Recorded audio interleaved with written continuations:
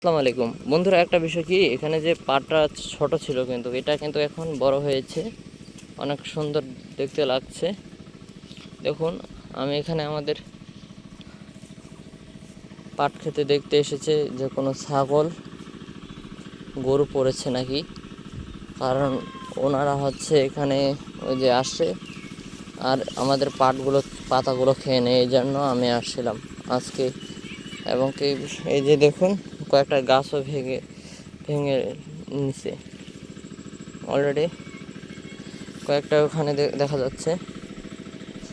আসলে কি হয়, ওই যে এখানে অনেকগুলা ভাঙছে।